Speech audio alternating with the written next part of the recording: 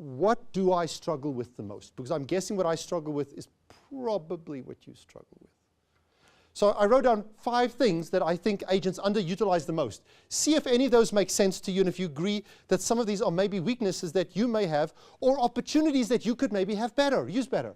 Right? So the first one, creating a database. Do we all understand that buyers and sellers are our clients and that they're important? And I said earlier on, you don't want to just give those away. You want to nurture them. So do you have a database which you can manage, that you do manage? How do you stay in contact with that group of people on a regular basis? I understand that every now and then you go to Facebook and you say, happy birthday. How do you do that on a systematic way? I was pretty good at writing postcards and thank you cards and notes, and I still do about 2,000 cards a year at the moment. But I mean, it takes so much time to do that. My entire database, which I have myself at the moment, is about 156,000 people. That's my personal database, which I work from, which I've now built up from people that have read my books. I don't even know who they are. I mean, it's impossible to get to these people. So you've got to get something that will help you do that. How do I follow up with those people at the right time? If they're only going to buy a house every 7 years, if that's the number, or 8 or 9 or 10, who cares? How do I reach out to the people on a regular enough basis as not to irritate them, but as to not get them to forget me? Right? So what's that magic touch? There is no magic touch. It depends on your style, what you're writing, what you're doing. But you've got to have some kind of a system to allow you to do that.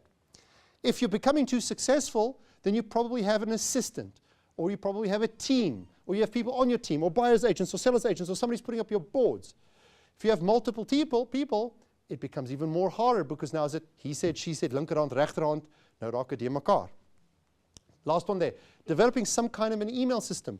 None of us like to get spam, and I'm not saying that we should do spam, but how many people can you call per day? How many people can you visit per day? One-on-one contact, you and me, one-on-one, can still be a better relationship. We can get more done than sending you an email. I understand that. But I can only talk to one person at a time, and if I'm giving you half an hour of my time, I can only do maybe 10 a day. My record at the moment is I have sent out 100,000 emails in one day. I can't touch 100,000 people any other way. It's not the same level of quality, but it is one of the touches I do to people which are low on my totem pole. They're not that special, but I do want to touch them, because they are important. You never know where the transaction comes from.